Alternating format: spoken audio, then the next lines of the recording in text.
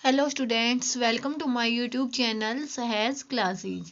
तो आज हम 12th क्लास की जो यूनिट 11 है अल्कोहल्स, फिनोल्स एंड ईथर्स, उसका क्वेश्चन 5 देखेंगे। इससे पहले हम इसके क्वेश्चन देख चुके हैं 4 जो इससे पहले वाले हैं, बिल्कुल एक्सप्लेनेशन के साथ। आप चाहें तो प्लेलिस्ट में जाके देख सकते हैं, प्लेलिस्ट बनी हुई है अपने चैनल सहज क्लासेज पर। तो क्वेश्चन में हमसे क्या पूछा गया है, alcohols are comparatively more soluble in water than hydrocarbons. कि जो अल्कोहल्स होती हैं वो ज़्यादा सोल्यूबल होती हैं वाटर में बजाय कि हाइड्रोकार्बन्स के।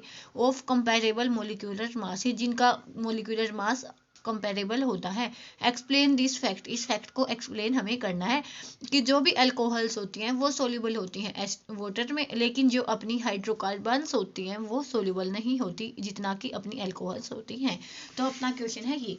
तो अब देखो, H2O मोलिक्यूल है कि जब भी हम H2O का सॉल्यूशन लेते हैं तो वहाँ बहुत से H2O मोलिक्यूल होते हैं। तो हम क्या बोल सकते हैं कि H2O में होती है H बॉन्डिंग, मतलब हाइड्रोजन बॉन्डिंग होती है वहाँ पे।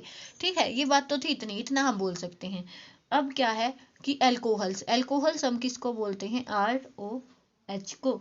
तो जब भी हम अल्कोहल्स का केस लेंगे ना, तो देखो मान लिया ये अपना H2O के मोलिक्यूल है, जो अपना वाटर है उसमें H2O का एक मोलिक्यूल ये है, सेकंड वाला मोलिक्यूल ये है, थर्ड वाला मोलिक्यूल ये है।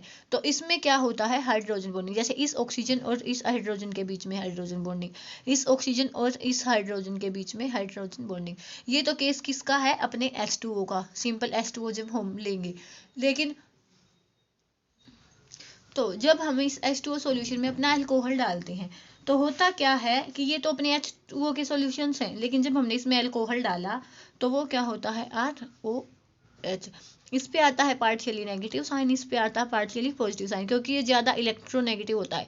यहाँ पे कोई ना कोई कार्बन होगी तो ऑक्सीजन कार्बन की बजाय ज़्यादा इलेक्ट्रोनेगेटिव होने की वजह से इस पे आता है नेगेटिव साइन। ठीक है, ये H2O मॉलिक्यूल्स के बीच में हाइड्रोजन बॉन्डिंग थी। तो जब हम इसमें अल्कोहल डालेंगे ना, तो ये अल्कोहल का तो जो ऑक्सीजन है और जो अपने H2O का हाइड्रोजन है, इन दोनों के बीच में भी क्या हो जाती है, हाइड्रोजन बॉन्डिंग। अल्कोहल डालते ही वो क्या करता है कि इस H2O के साथ अपनी हाइड्रोजन बॉन्डिंग बना लेता है, और जो पहले से H2O मॉलिक्यूल्स के बीच में हाइड्रोजन बॉन्डिंग थी उसको कर देता है ये डिसोसिएट। तो इसीलिए जो अपना अल्कोहल होता है वो डिजोल्व हो जाता है। लेकिन जब हम अपने सिंपल हाइड्रोकार्बन्स का केस लेते हैं तो उनमें ना तो होती अपनी H बॉन्डिंग। इसीलिए जब ये बताओ कि पहले से अपना मॉलिक्यूल जो H2O के मॉलिक्यूल्स हैं हाइड्रोजन बॉन्डिंग की वजह से इतना स्टेबल है, तो कोई भी सिस्टम है वो अपनी स्टेबिलिटी क्यों खोना चाहेगा, नहीं खोना चाहेगा ना। तो इसीलिए ये इस केस में तो क्या होता है, ये कम डिजोल्व हो जाता है, डिजोल्वेबल कम होता है बजाय कि अल्कोहल के। तो यहाँ से हम लिखना चाहें तो क्या लिखेंगे कि alcohols can form hydrogen bond with water. कि जो अल्कोहल होती है वो हाइड्रोजन बॉन्डिंग बना सकती है वाटर के साथ, and can also break the H bonds between water molecule already. कि जो पहले से जो H बॉन्डिंग H2O के मॉलिक्यूल्स में एग्जिस्ट करती है ये उसे तोड़ देता है, डिसोसिएट कर देता है और खुद उसके साथ हाइड्रोजन बॉन्डिंग बना लेता है। So these are soluble in water. ठीक है, ये तो किसकी बात हुई थी, अपनी अल्कोहल्स की, कि हाइड्रोजन बॉन्डिंग बनाने से वो वाली हाइड्रोजन बॉन्डिंग डिसोसिएट हो जाती है। लेकिन जब हम हाइड्रोकार्बन्स का केस लेते हैं, जैसे हमने CH4 ले लिया जिसमें हाइड्रोजन कार्बन होती है, hydrocarbons can't form, can not form H bonds with water. कि वे वाटर के साथ हाइड्रोजन बॉन्डिंग नहीं बनाती, एंड अनेबल टू ब्रेक।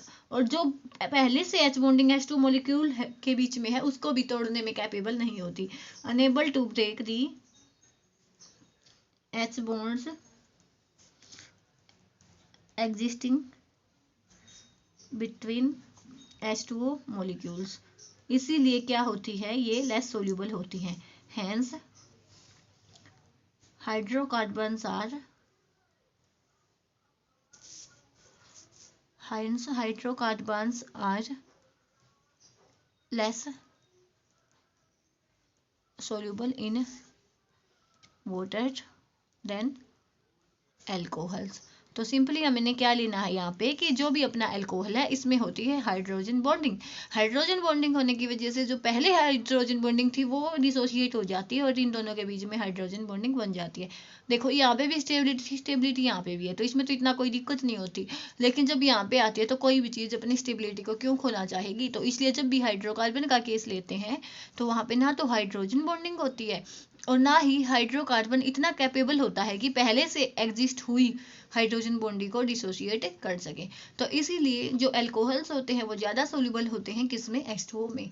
तो यहाँ पे जो अपना ये क्वेश्चन 5 है वो ख़त्म होता है। नेक्स्ट वीडियो में मिलेंगे क्वेश्चन 6 के साथ।